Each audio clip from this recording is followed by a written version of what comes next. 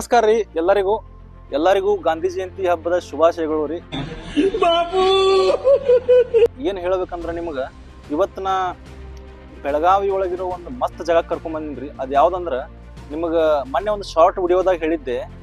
1924ರಾಗ ಬೆಳಗಾವಿಯ ಒಂದು ಜಾಗ ಒಳಗಡೆ ಕಾಂಗ್ರೆಸ್ ಅಧಿವೇಶನ ನಡೀತದ್ರಿ. 39ನೇ ಅಧಿವೇಶನ.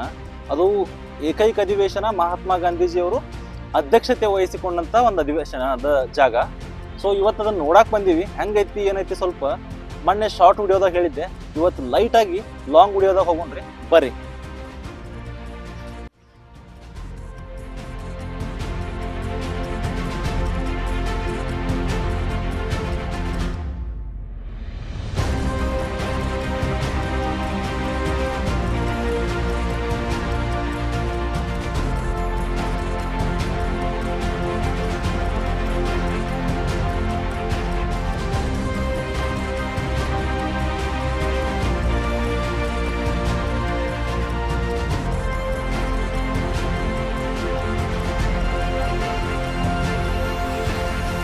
ನೀವು ನೋಡ್ತಿರ್ಬೋದ್ರಿ, ಇದಕ್ಕ ಕಾಂಗ್ರೆಸ್ ಬಾವಿ ಅಂತ ಕರಿತಾರ್ರಿ. ಯಾಕಂತ ಕರಿತಾರಂದ್ರ ಇವತ್ತಿಗೆ ಇದಕ್ಕೂ 100 ವರ್ಷ ಆಯ್ತ್ರಿ.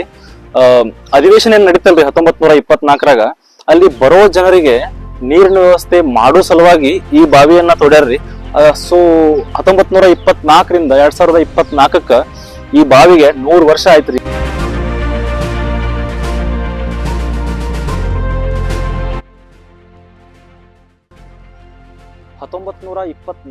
ನಡೆದಂತ ಈ ಅಧಿವೇಶನಕ್ಕೆ ಮಹಾತ್ಮ ಗಾಂಧೀಜಿಯವರು ಅಧ್ಯಕ್ಷತೆಯನ್ನ ವಹಿಸಿದ್ರು. ಹಾಗೆ ಮತ್ತೊಂದೇನಪ್ಪಾ ಅಂದ್ರ ಈ ಅಧಿವೇಶನವನ್ನ ಶುರು ಮಾಡ್ಬೇಕಂದ್ರ ಧ್ವಜಾರೋಹಣವನ್ನ ಮಾಡುವುದರ ಮೂಲಕವೇ ಈ ಅಧಿವೇಶನವನ್ನ ಶುರು ಮಾಡ್ರಿ. ಅವತ್ತಿಂದ ಮುಂದೆ ನಡೆದಂತಹ ಎಲ್ಲಾ ಅಧಿವೇಶನಗಳು, ಇದೆಷ್ಟನೇ ಅಧಿವೇಶನ ಅಂದ್ರೆ 39ನೇ ಅಧಿವೇಶನ ರೀ. ಸೊ ಮುಂದೆಲ್ಲಾ ನಡೆದಂತಹ ಕಾಂಗ್ರೆಸ್ ಅಧಿವೇಶನಗಳು ಸ್ವತಂತ್ರ ಸಿಗೋ ತನಕ ಏನ್ ನಡೆದಲ್ರಿ, ಅವೆಲ್ಲಾ ಅಧಿವೇಶನ ಒಳಗೂ ಧ್ವಜಾರೋಹಣ ಮಾಡ್ಕೊಂಡೇ ಒಂದು ಅಧಿವೇಶನವನ್ನ ಶುರು ಮಾಡುವುದು ಒಂಥರ ಪ್ರಾಕ್ಟೀಸ್ ಆಗಿಬಿಡ್ತ್ರಿ.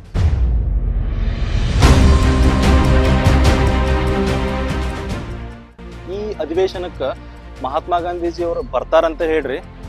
ಇಲ್ಲಿ ನಿಯರೆಸ್ಟ್ ನೀವು ರೈಲ್ವೆ ಸ್ಟೇಷನ್ ಐತಲ್ರಿ, ಫಸ್ಟ್ ಗೇಟ್ ಅಥವಾ ಸೆಕೆಂಡ್ ಗೇಟ್ ಅದರೊಳಗಡೆ ಒಂದ್ ಯಾವ್ದು ನನಗೂ ಅಷ್ಟು ಮಾಹಿತಿ ಇಲ್ರಿ. ಆ ಹೊಸ ಒಂದು ರೈಲ್ವೆ ನಿಲ್ದಾಣವನ್ನ ಈ ಅಧಿವೇಶನ ಸಲುವಾಗಿನೇ ಪ್ರಾರಂಭ ಮಾಡ್ಯಾರ್ರಿ. ಇನ್ನೂ ಇದರ ವಿಶೇಷತೆಗಳು ಭಾಳ ಅದಾವ್ರಿ. ನೀವು ಬಂದಾಗ ಬೆಳಗಾವಿಗೆ ಬಂದಾಗ ತಪ್ಪದೇ ವಿಸಿಟ್ ಮಾಡ್ರಿ. ಇಲ್ಲಿ ನಿಮಗೆ ಹೇಳ್ಬೇಕಾದ್ರೆ ಒಂದು ಲೈಬ್ರರಿನೂ ಐತ್ರಿ.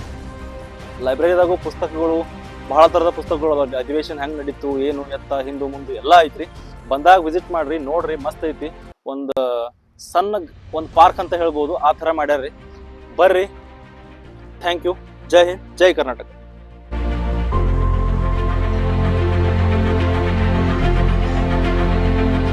The welfare of the nation is untouchable, but no